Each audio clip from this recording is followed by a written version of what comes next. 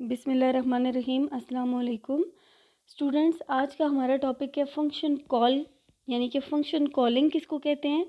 The statement that activates a function is known as function call. कल हम लोगों ने डिक्लेरेशन के बारे में पढ़ा था।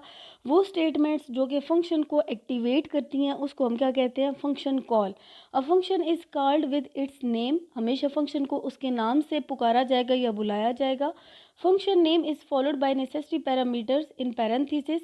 मतलब वो जो कल हम लोगों ने देखा था कि ब्रैकेट के अंदर पैरेंथेसिस का इस्तेमाल किया जाता है, वो उन पैरेंथेसिस को फॉलो करेगा, उसके लिए ज़रूरी है। If there are many parameters they are separated by commas. अगर एक से ज़्यादा पैरामीटर्स आते हैं तो उसको सेपरेट किया जाएगा कॉमा से। If there is no parameter empty parenthesis are used. और अगर कोई पैरामीटर नहीं है, एम्प्टी पैरेंथेसिस का इस्तेमाल किया जाएगा या वॉइड के वर्ड का यूज़ किया जाएगा। ठीक है। When a function is called the following steps take place। जब भी फंक्शन कॉल किया जाता है, बनाया तो कल हमने देखा था कि डिक्लेरेशन किस तरह करते हैं, लेकिन फंक्शन को जब भी कॉल किया जाएगा तो क्या काम होगा। The control moves to the function that is called. Control आपका क्या करेगा, उस फंक्शन तक चला जाएगा जो फंक्शन कॉल किया गया है। All statement in the function body are executed. उस फंक्शन की बॉडी के अंदर जितनी भी स्टेटमेंट्स मौजूद हैं उन सबको एग्जीक्यूट करेगा। The control returns back to the calling function. और फिर दोबारा क्या हो जाएगा, कॉलिंग फंक्शन पे वापस चला जाएगा। When the control return backs to the calling function the remaining statements in the calling functions are executed. जब कंट्रोल वापस चला जाएगा तो उसके बाद जितनी भी बाकी स्टेटमेंट्स बाकी बचेंगी वो सारी क्या हो जाएंगी, एग्जीक्यूट हो जाएंगी, यानी कि चल जाएंगी। यहाँ पे एग्जांपल देखते हैं कि फंक्शन को कॉल किस तरह किया जाता है। Write a program that display a message. Programming makes life interesting on screen using function. आप लोगों ने ऐसा प्रोग्राम बनाना है जिसमें आपने ये मैसेज शो करवाना है। किसके ज़रिए शो करवाना है, फंक्शन का इस्तेमाल करके। तो यहाँ पे hash include studio dot H के बाद यहाँ पे फंक्शन बनाया गया वॉइड शो। आगे पैरेंथेसिस क्या है, खाली, क्योंकि अभी उसकी कोई रिटर्न टाइप नहीं है और कोई पैरेंथेसिस कोई पैरामीटर वो रिटर्न नहीं कर रहा। तो यहाँ पे सिंपल उसको खाली रखा गया है और फंक्शन को क्या नाम दिया गया है, शो का। और उसकी बॉडी में क्या आप शो करवा रहे हैं, प्रिंट एफ आपने प्रिंट करवाना है। Programming makes life interesting. ठीक है। उसके बाद इसकी बॉडी की जो ब्रैकेट्स हैं या ब्रेसेस हैं वो बंद कर दी और उसके बाद क्या होगा, मेन फंक्शन स्टार्ट होगा।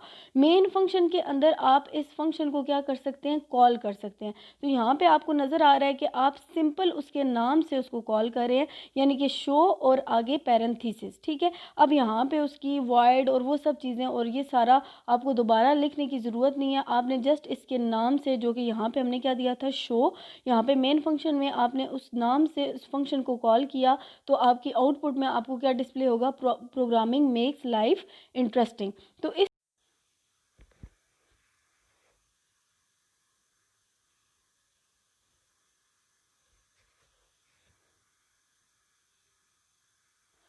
इस तरह आप अपनी प्रोग्रामिंग को आसान बना सकते हैं। प्रोग्रामिंग में कम स्टेटमेंट का इस्तेमाल करके आप उससे फंक्शनैलिटी ज़्यादा ले सकते हैं। ठीक है। तो फंक्शन का इस्तेमाल इस वजह से हम लोग करते हैं कि जहाँ कहीं भी फंक्शन को डिफ़ाइन किया जाए उसके बाद वो सिर्फ अपने नाम से किसी भी जगह प्रोग्राम में कॉल किया जा सकता है। ठीक है।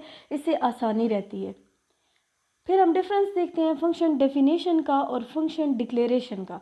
इन दोनों का क्या डिफरेंस है। It consist of different statement to perform a particular task. इसके अंदर डिफरेंट स्टेटमेंट्स होती हैं जो कि उसको बुलाती हैं या इन्फॉर्म करती हैं या कॉल करती हैं फंक्शन जब कॉल होता है तो। ठीक है, किसी खास मकसद के लिए।